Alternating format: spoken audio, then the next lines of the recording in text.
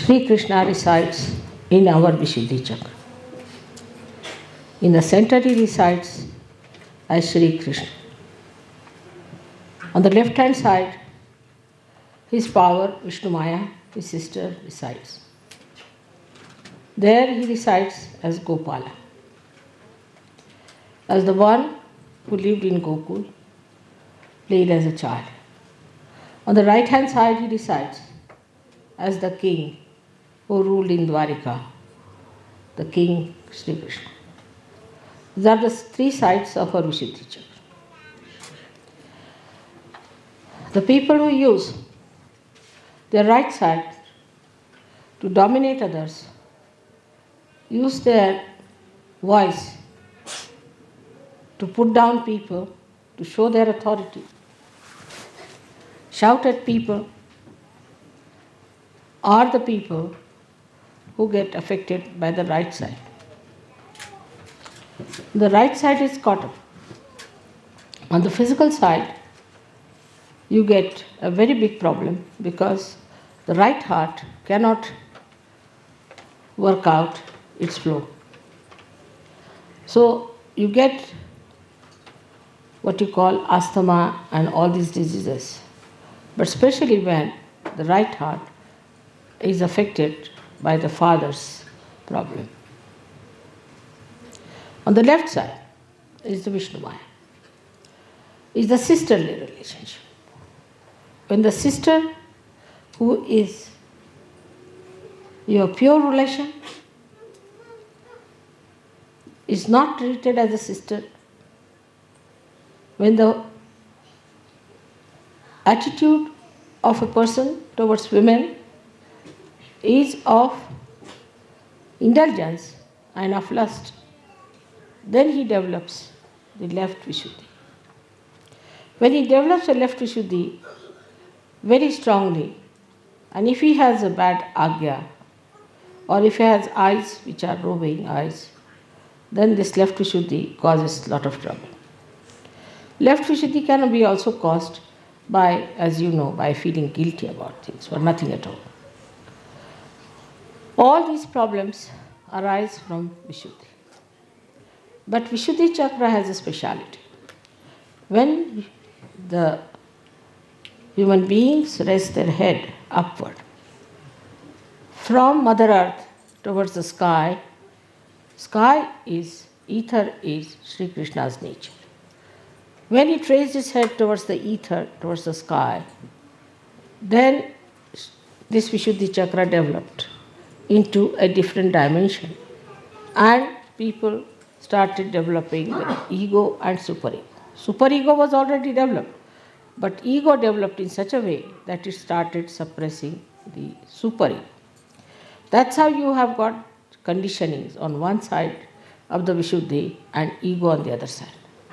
When I told you the other day that you give up your free will, in the sense that when you raised your head, you did it through your free will with your power of growing that you had as animals. After that, now you have reached to the human level, and to rise above the human level now, you have to do is to seek your complete freedom. And for that, Vishuddhi Chakra is going to help you along. On this Vishuddhi Chakra, we have to really pay full attention. It is such a complicated chakra. It has all the vowels of a Devanagari script emitting out of the sound of the Shakti that is passing through it, of the Kundalini that is passing through it. So all the vowels are heard on these chakras. These vowels are, as you know, 16 in number. Without the vowel in the Devanagari, you cannot write anything. Vowels are the sustenance, are the power that supports every consonant. So it's very important that our vowels have to be fully nourished and respected. The movement of the neck, as you have seen, in all international life, if you see, everybody has practically the same. Even those who cannot hear, those who do not understand your language, you can nod like this, you can say no like this. Everyone understands this is yes or no. In some particular area, of course, they have little different type of nodding. But too much of nodding of head is not a very good sign. I have seen people in the West, if you tell them something to show that they have appreciated it, they'll go on for quite some time. That's not necessary. Just have to say, all right, or I've understood it. That's all. You have to use your voice instead of nodding like this all the time. It's very bad, very, very bad for the Vishuddhi Chakra. Or some of them are the other way around. That whatever it is, they'll put up their head like this. And they won't talk properly. They will not say a word, they'll just keep quiet. You may go on pinching them, doing anything, they won't budge. This kind of personality is also very much detrimental to the growth of their evolution. Apart from that, their Vishuddhi becomes a very big problem. Because of Vishuddhi, there are so many problems. Like angina, you develop because of Vishuddhi. You develop spondylitis because of Vishuddhi. Sometimes people lose their voices completely. Sometimes they have all the time coughing. And there are so many physical problems out of Vishuddhi because, as I said, it's a very, very complicated center. It looks after your ear, nose, throat, all the 16 subplexuses are there, which are looked after by the center. But above all is the center of discrimination. The center of discrimination only comes when you are free people. Till you are biased, till you have your own concepts, you cannot be discrete. And that's the one point where one must understand that to achieve your complete freedom, you have to get your Vishuddhi Chakra cleared out. First and foremost thing is that we must speak in a sweet manner. Speak to someone in a sweet manner, not artificially, but sweetly. Speak in a manner that another person likes it. Satyam vadet, priyam vadet. Speak the truth. Don't tell the lies. If you go on telling lies, after some time, even if you tell the truth, it will become a lie. But if you are telling the truth, that even if you tell a lie, it becomes the truth.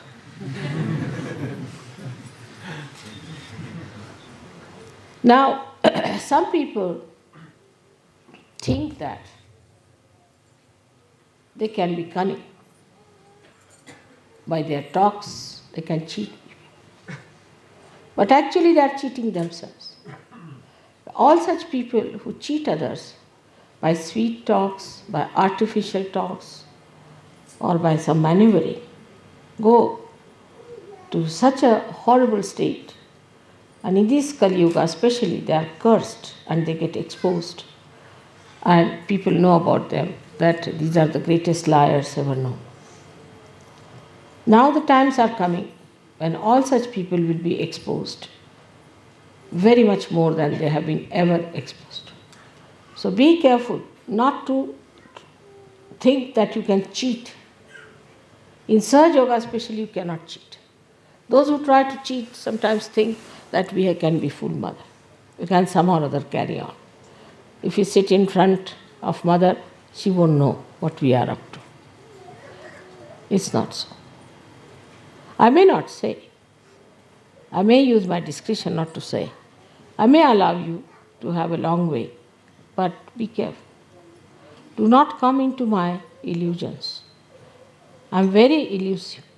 And when I play my illusions, you will suddenly find yourself in a very difficult situation, and then you will say, Mother, why am I in this situation?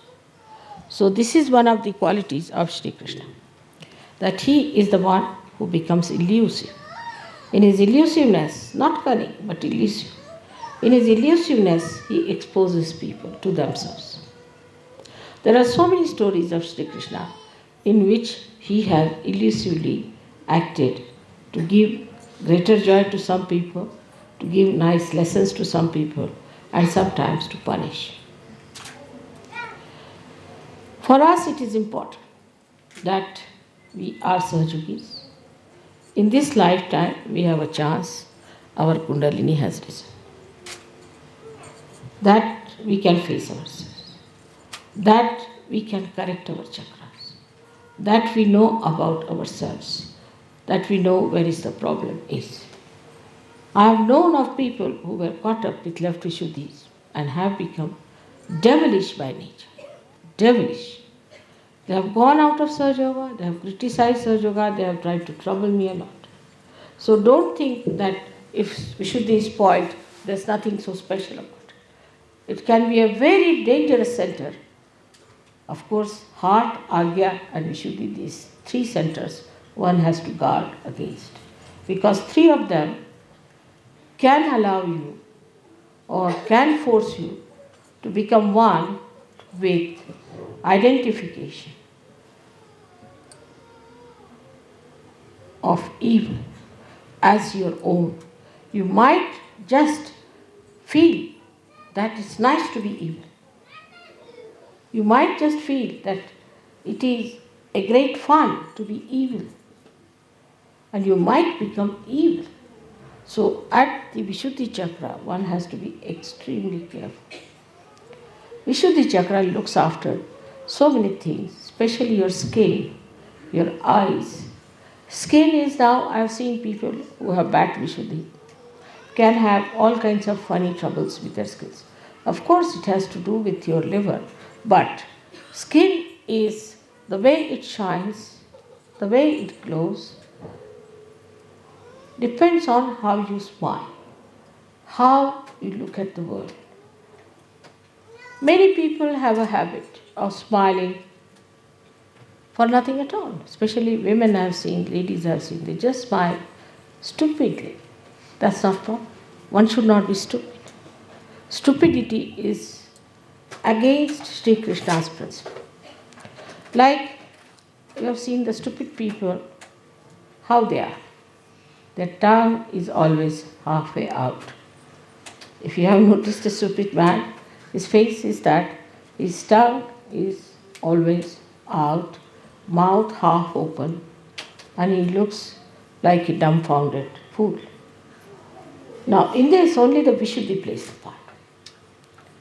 Another one is the one where you get the Vishuddhi's strains. So, such a person has very pursed lips, angry lips, and he doesn't talk. The another one might even get the expression of an idiot, but could be just making a face like that. Because if he's cunning, he may take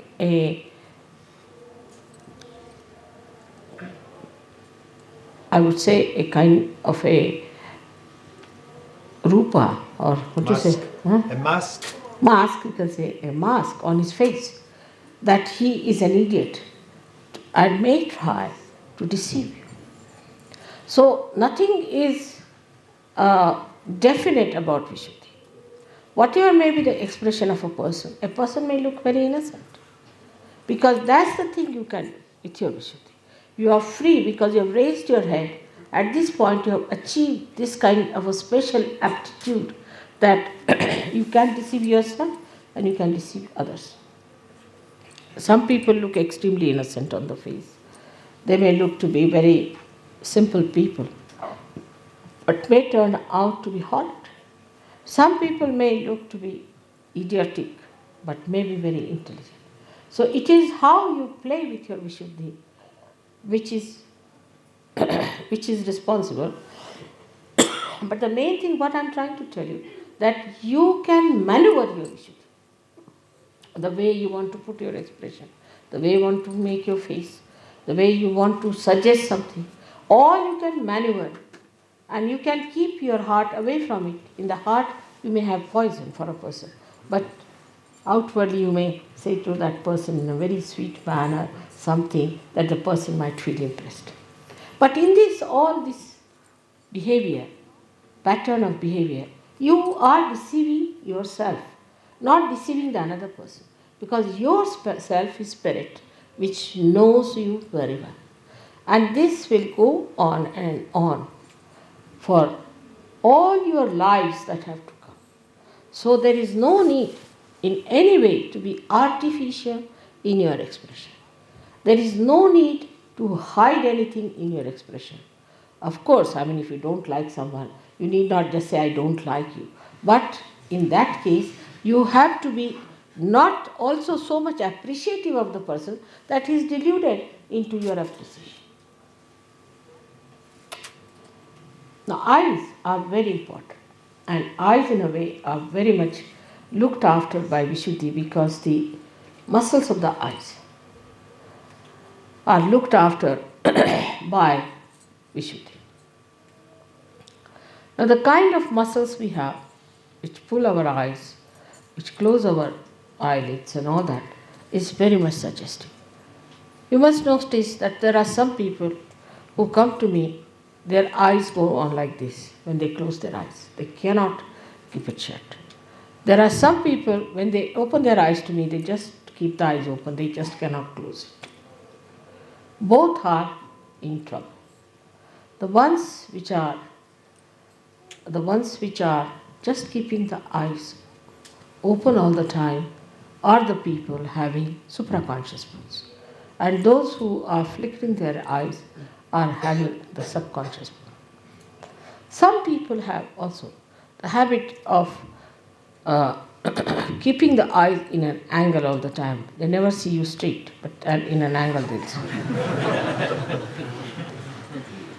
They think sometimes it's very fashionable. Sometimes ladies think it's a very good way of looking at people. And some of them have such eyes that they'll go on, looking and pouring their greedy eyes onto others or their lusty eyes onto others. This is the worst thing you can do to your eyes, because such people are easily can become blind. Such people might have trouble of the eyes, especially reddening of the eyes can come to such people very much, very quickly. So one has to be careful to keep the eyes very pure, the eyes of an Yogeshwara who was Sri Krishna. He was a witness. He was on this earth. He played with Radha. He married 5 women. They were the 5 elements. 16,000 women he married. They were his 16,000 powers. But he was Yogeshwara. He was Yogeshwara. He had no lust in his eyes, in his mind about them at all. He was beyond them. He was Yogeshwara. That was the testing point of his, that he had no lust in his eyes about these women that he had. Such an Yogeshwara is there. Of course, I don't expect you to be Shri Krishna. But you have your wife. Those who do not have wife must look forward to a wife. That we'll get wives and we'll have a wife, and think of a wife who will be your own, so that your eyes will not fall onto every woman who comes across with that kind of a thing. I've seen people, even the photographs or anything they see is surprising. There's nothing in a photograph. What is in a photograph? But even a photograph can attract their attention.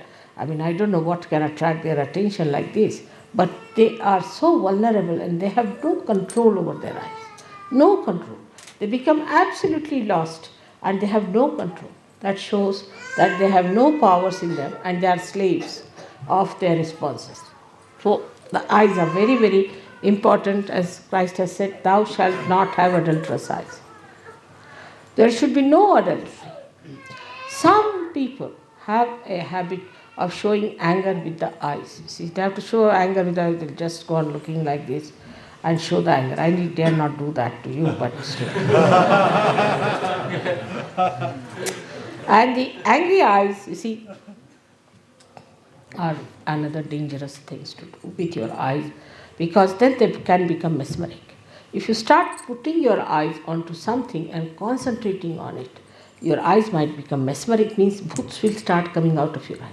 First of all, you will catch bhoots in your eyes, they'll settle down there, and then they will be falling on other people as bhoots.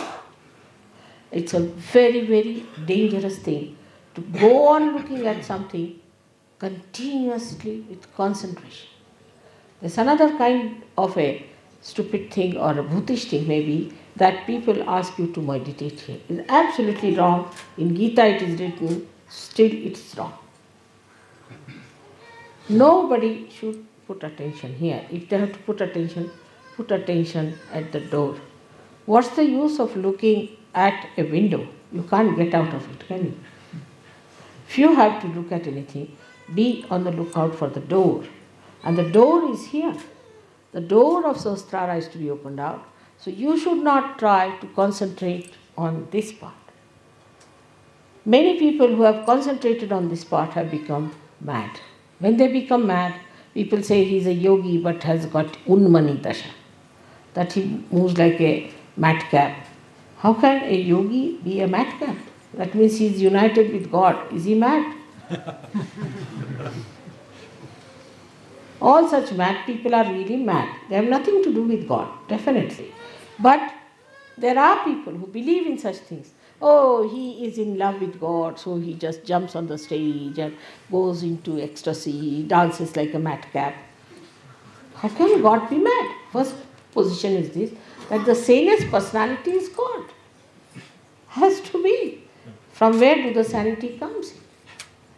So this is one thing one has to understand, that any such practices can lead you to lunacy and one should not do it.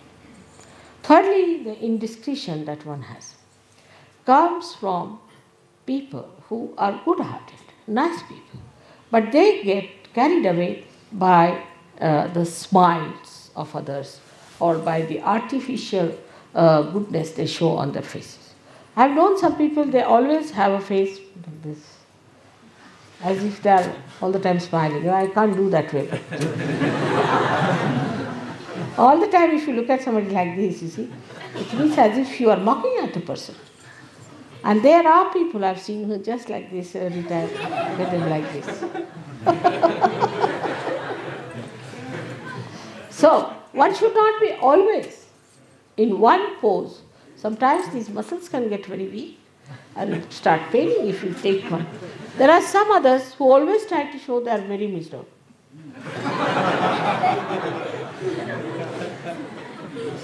I don't know, what do they want to attract? Attract the attention of others, attract the bhoots in themselves, or I don't know, what are they up to? Why can't they keep a normal face? Even while sitting in dhyan or meditation, I have seen them trying to show me or whatever it is, because my eyes are mostly closed, but doesn't matter. When I open my eyes, I find some people like this, like that. Why? What is the need? You have to have a balanced face. That's what Sri Krishna has described as Sthita Prajna. One who is balanced, who doesn't laugh like an idiot, who laughs, but not like an idiot, nor is as serious like another kind of an idiot. So both the things are not at all expression of your inner being. Such a person is, as I told you today, is not frivolous, but not serious either, but full of joy within himself. He doesn't want you to be unhappy. Never would like that you should be unhappy people. But human beings, if they want to be unhappy, what can anybody help? Because they have got the free will to be unhappy. They have got a free will to cut their nose. They have a free will to cut their ears. They have free will to commit suicide. They have this free will, so-called. Now the greatest free will comes from Vishuddhija, as I told. And that's why we call him Yogeshwara. He is the Ishvara of yoga. The establishment of yoga is possible when you surrender yourself to Sri Krishna. Completely surrender yourself to Sri Krishna. Your yoga will be established. Means what? Means all your balances will be established. you go into complete balance. And that balance is complete because Vishnu, who is the incarnation for sustaining the dharma, who is responsible for giving you the balance, becomes complete in the form of Sri Krishna. That's why he said that you leave all the dharmas. Sarva dharmanam parityajya mamekam sharanam vraja. That's why I surrender all of them to you. So all the dharmas, if you put it at the lotus feet of Sri Krishna, means if you follow his ideals, then all your dharmas are balanced. But after realization, you go beyond dharma. Whenever you go wrong in dharma, dharmachyuta as they call it, when you go wrong in dharma, that's the time you have to surrender yourself to Sri Krishna so that he establishes your dharma. There are so many dharmas. There is the pati dharma, husband's dharma, patni dharma, wife's dharma, father's dharma, mother's dharma, son's dharmas, then rashtra dharma means the nation's dharma. Then you have all kinds of dharmas also, we can say, where one has to bow to the higher things of life. But then he says, Sarva dharmanam parityaj. Forget all the dharmas. Mamekam sharanam vraja. Just surrender your dharmas, all of them, to me. That is at Vishuddhi. At Vishuddhi Chakra, you surrender all your other dharmas. It means that it all gets sublimated. It all gets complete. The wholesomeness is achieved because he is collective being. He is the Virat. Because he is the integrated form of all the dharmas. And he is the Virata in our brain. He represents our brain. And when this Virat in us is awakened fully, then all the dharmas become natural with us. We don't have to do any dharmas.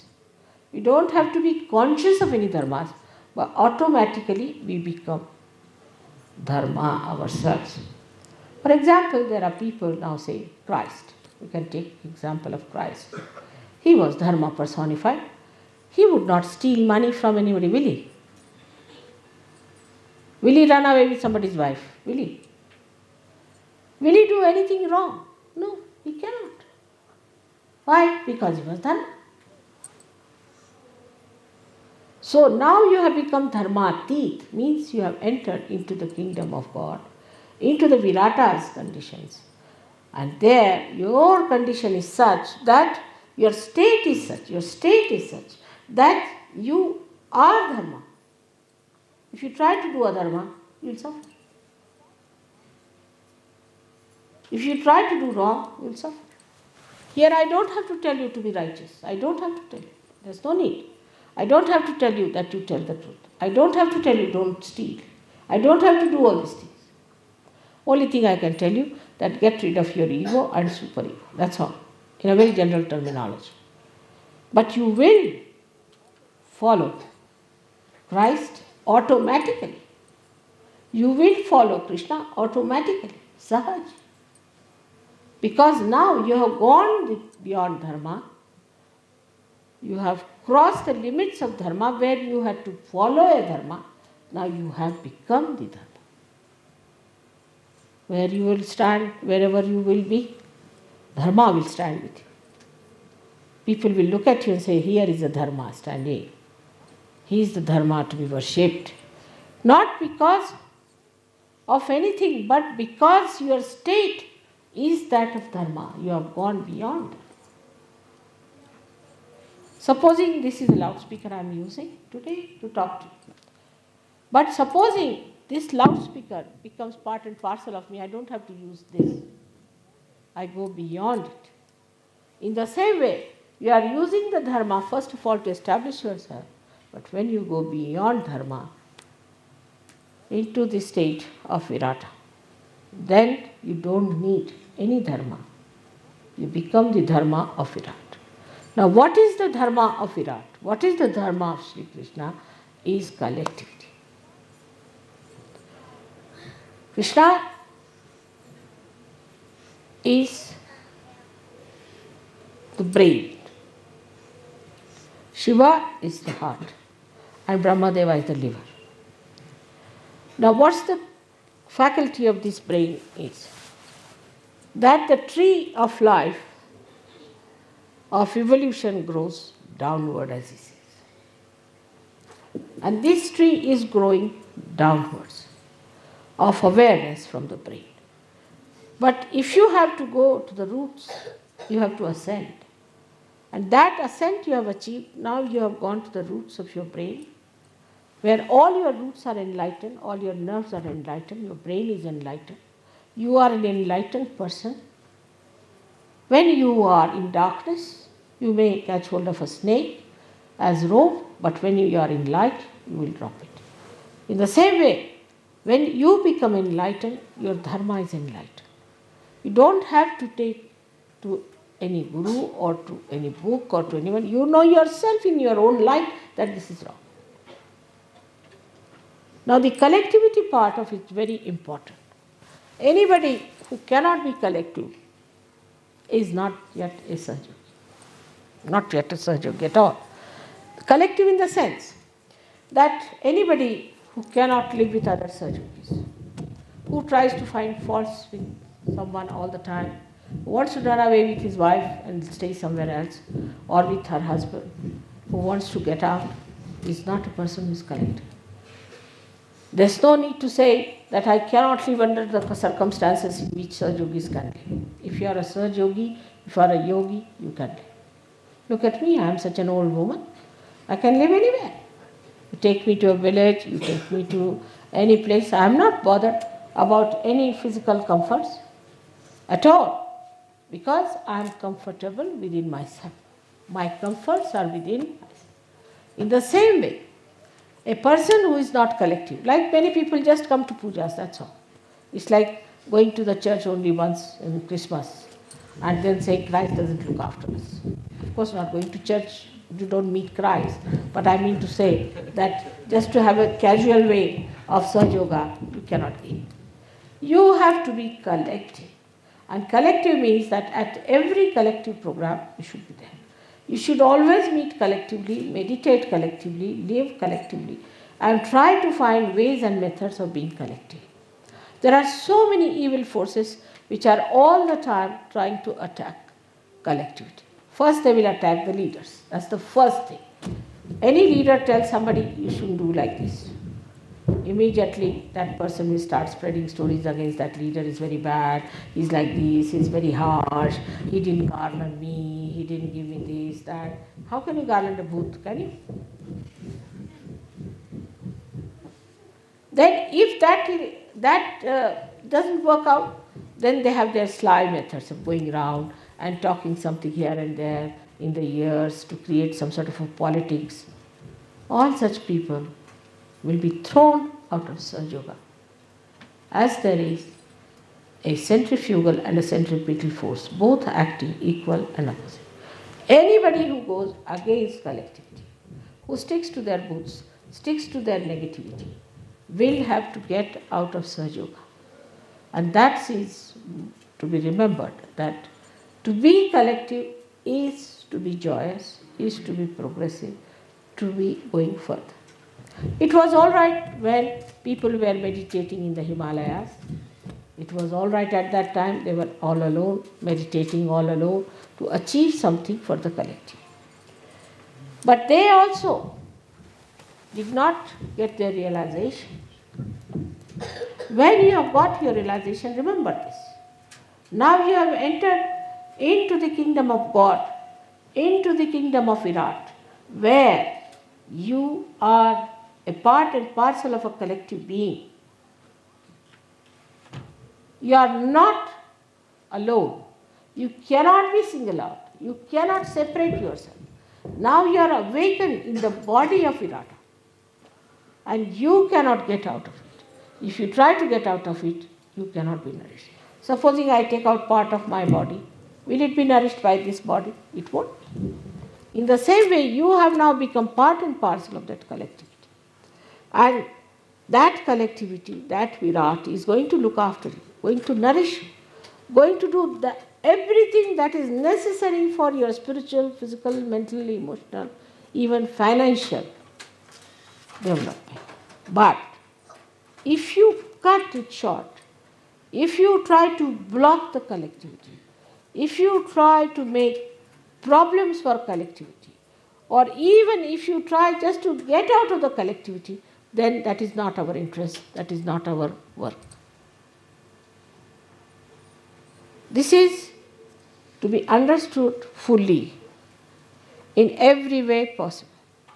And this, when is understood in a proper way, you should know that collectivity is not only your advancement, it's not only your development, it's not only your achievements, it's the achievement of the whole humanity. The purpose of your creation is fulfilled by that. Those people who live in the ashram are better off always than the people who live alone. Always. They will always have better results than the people who live alone. Maybe they live alone because they want to have a little private life or a privacy. But their privacy is not going to help them. That's not going to help them at all. The more you live together, the more you reside together, the more you enjoy together, there will be greater chances of your advancement. The more you will try to make yourself private, the more you will try to get out of it. Whatever explanation you may give, God understands you wherever. So all such things where you cut off yourself from the mainstream, you try to get out of the mainstream, then there is a big problem for you. Of course, for certain conveniences you may, for your certain understanding you may, but you should enjoy more the company of Sahajogis than your own private company in the dingy room of yours. That is one thing you can judge yourself.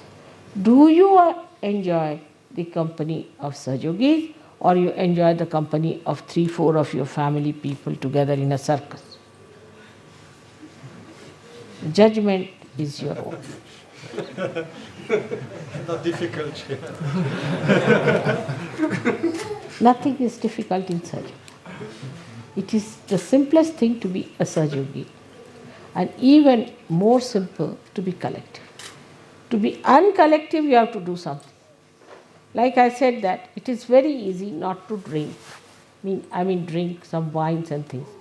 Because if you don't want to drink, you are sitting at home, it's all right, don't have to do anything. But suppose you have to drink, then you have to go to a pub, or you have to go somebody, open the bottle, get a particular type of a glass, pour it down, this, that. In India, for example, where there is prohibition, you are sitting with a fright. But for a person who just drinks water, he doesn't have to do it. So to do wrong, one has to do something. But to be good, you don't have to do much. It's absolutely labor saving, energy saving procedure. You see, to do bad. Supposing, you see, I want to harm somebody, I'll have to go out of the way to find out ways, methods. If I have to tell lies, I have to think of 10 lies to cover that one lie. But if I tell the truth, finished. I've told the truth, finished. With few words, done. So to be collective is much more easier. Of course, not for crooked people, because crooked people, wherever they move, their angularities trouble others. You see, like poking thorns. But those who are flowers, they fit in anywhere. People like them. They like their fragrance. They look at them, they enjoy them. Beautiful things. Now see, today they are looking like lotuses. How is it? Without doing anything, they have become lotuses. How? How they have become like lotuses? Whether they are lotuses or they are daisies, God alone knows. But they have become lotuses, Sahaj. How? Because they are one with God. When we stand on our way, when we try to do something privately, then God says, all right, go private. But when we are public, He looks after us. And then, in Sahaja Yoga, as you know, that collective growth is the only way we understand Sahaja Yoga. Somebody knows something, somebody knows something else, somebody knows something else. When we are collective, then we really understand every aspect of Sahaja Yoga. Supposing there is somebody a scientist, somebody is a musician, somebody is another thing. We cannot know everything.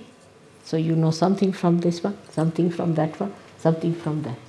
So all the rivers as if flow into that collectivity and you enjoy the ocean of all these rivers.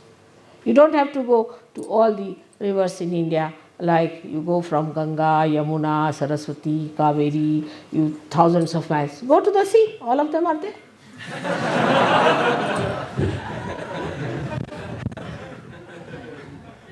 Like that, you have to enjoy the sea where everything meets. All kinds of beautiful things are there and you enjoy that. I hope this puja, which is a very remarkable puja. Firstly, so many things are Sahaj. Firstly, they told me the telephone number of this place is 32 16 32. He's accompanied by 64 yoginis, Sri Krishna. So 32 on this side and 32 on that side of the sitting room. This place is called as Black Lake. Krishna is black. This place they got suddenly. And this is the only place in this so-called military regime of Switzerland where people can sleep on the ground. You are not supposed to sleep on the ground. If there is no cot, you hang in the air, but you cannot touch the ground.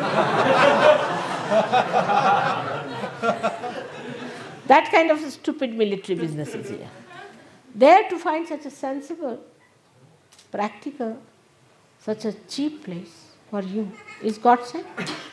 We are here surrounded by beautiful things with the cows, so many cows at the time when it is Krishna's birthday.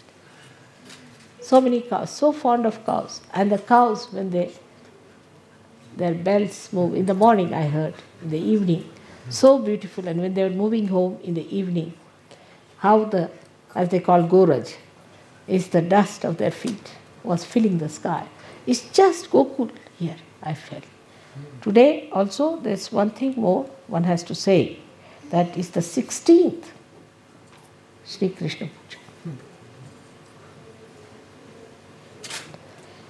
So in so many ways, this is a very great puja which you are attending, for which people have to take thousands and thousands of janmas, do so many punyas, which you have got so sahaj, because there must be something about you people also. May God bless you.